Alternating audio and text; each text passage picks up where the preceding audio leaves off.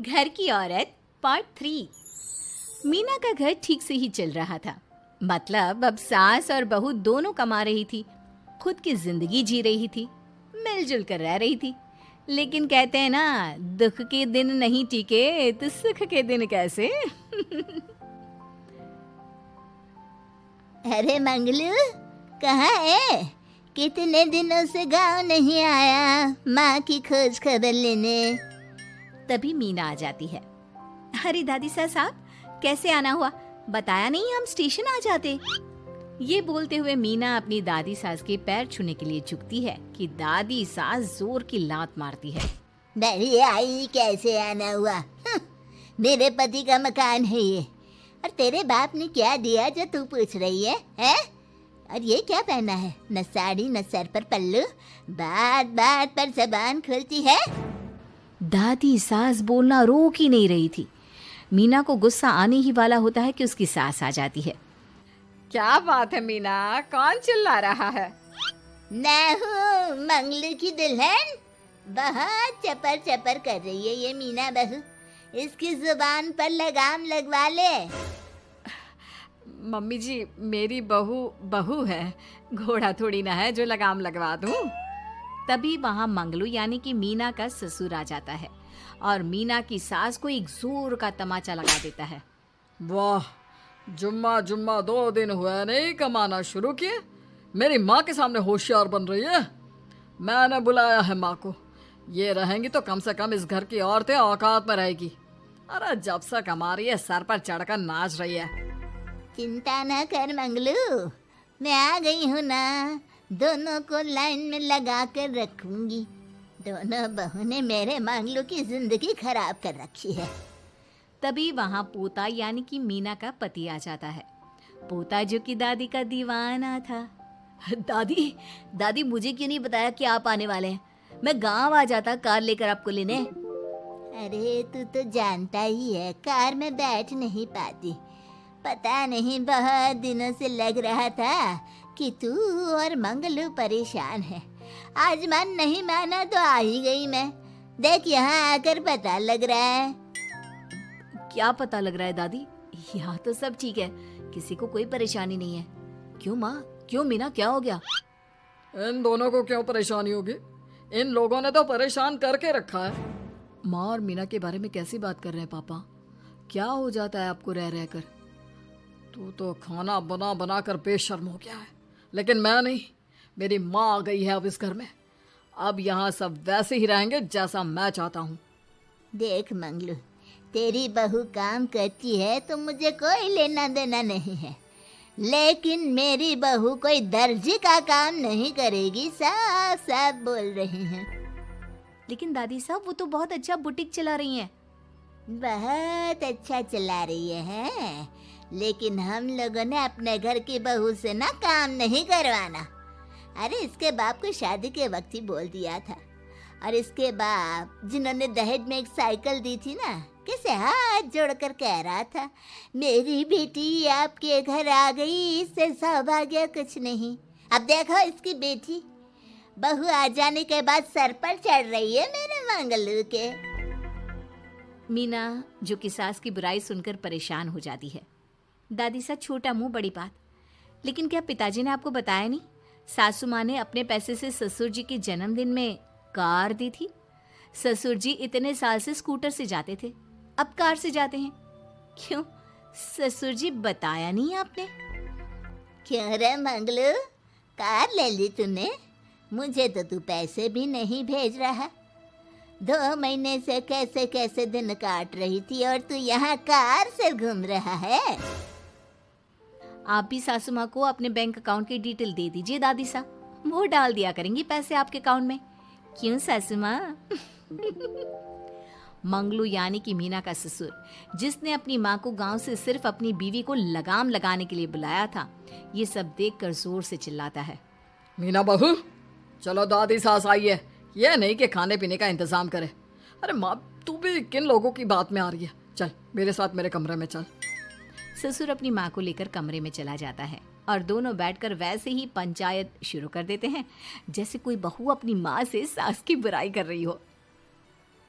देख मंगलू, गलती तो तेरी ही है जो तूने घर की जनानियों को काम के लिए बाहर निकाला। दूसरे तेरे पापा को देखा था, कभी मुझसे फालतू बोलते। अरे मरते दम तक तेरा बाप मेरी मुट्ठी में रहा है, यही सिखाया था मैंने तुझे। क्या बोलूं माँ, जब से ये मीना बहू घर आई है ना, इसने घर का सारा इतिहास भूगोल बदल कर रख दिया है। उस तितली से तो मैं बाद में निपटूंगी, पहले तेरी वाली को तो ठीक कर दूं। अरे बहू क्या आ गई, खुद को टाटा अंबानी समझने लगी है। माँ देख, जो भी हो, इस बात को याद रखना कि हमारे घर की परंपरा क्या है। औरतों का औकात में रहना जरूरी है। अरे बहू के साथ मिलकर माँ ये बात उड़ती रहती है। बेटा देख, गलती तो तेरी भी है, क्यों तूने इसे काम करने की छूट दी। मारना भी कम कर दिया है तूने इसे, वरना पहले आती थी तो बहू का कोई ना कोई हिस्सा सूजा हुआ या काला ही दिखता था। देखकर तसल्ली मिलती थी कि तूने कंट्रोल कर रखा है।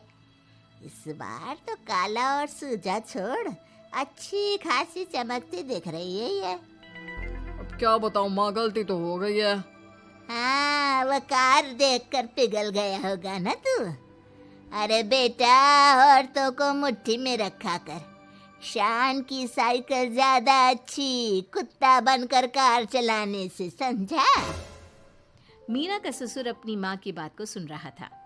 बस माँ, जो गलती हो गई मिट्टी डाल उस पर। अब बस तू ना घर पहले जैसा करके जाना। ये सब ना बहू का किया धरा है, समझी। मतलब बहू को ठीक करना है तो बहू की बहू को लगाम लगाना होगा, ठीक है। दोनों माँ बेटा बातें करके सो जाते हैं। सोने के बाद अगली सुबह मंगलू की बीवी यानी कि मीना की सास, माँ जी उठिए, ये लीजिए गर्म पानी और ये दादुन। चलिए तो याद रहा तुझे, वरना मैंने तो सोचा था कि बहू के चक्कर में पागल ही हो गई होगी बिल्कुल। अरे बहू के चक्कर में पागल होने का क्या मतलब होता है माँ जी। उसने मुझे मेरे पैरों पर खड़ा होना सिखाया है। मैं तो कहती हूँ उसके जैसी मेरी बेटी होती ना तो शायद मैं बहुत पहले जीवन का मतलब समझ चुकी होती। तो दादी सास को समझ में आ जाता है कि सारा मामला मीना पर जाकर ही ठीक होगा। वो सोच लेती है कि अपनी बहू को छोड़कर पहले मीना को सही करना है। फिर अगले रोज, अरे मेरे पोते के पास तो मेरे पास बैठने का वक्त भी नहीं है?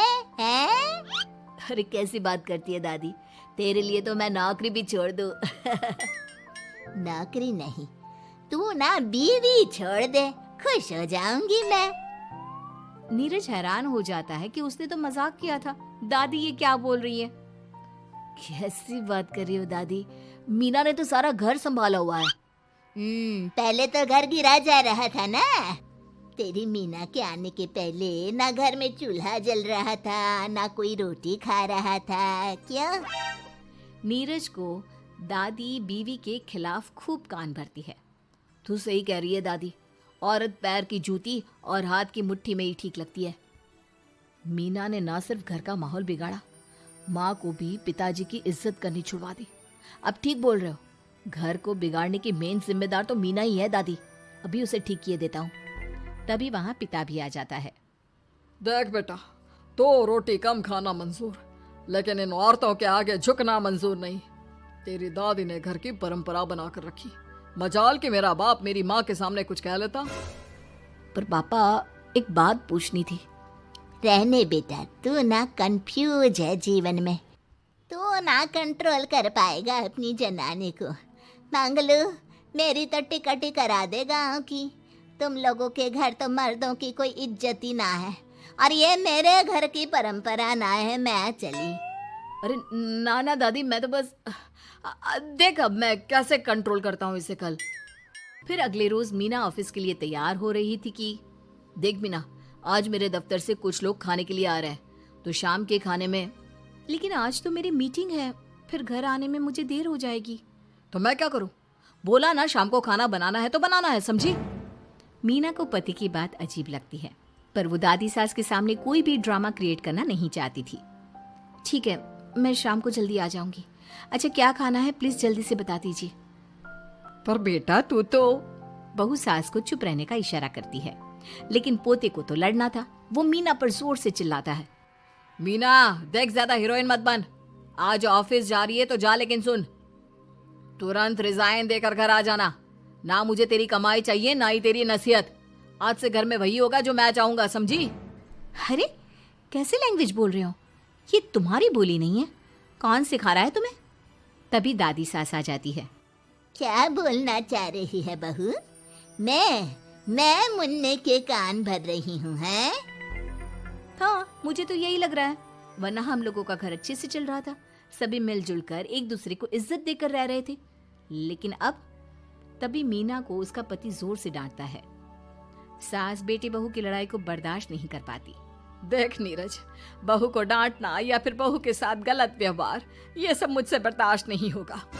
वाह रे वाह, सारी जिंदगी जो पति की डांट और मार खाती रही, अब बहू को थोड़ी सी डांट क्या पड़ी, गुस्सा आ गया।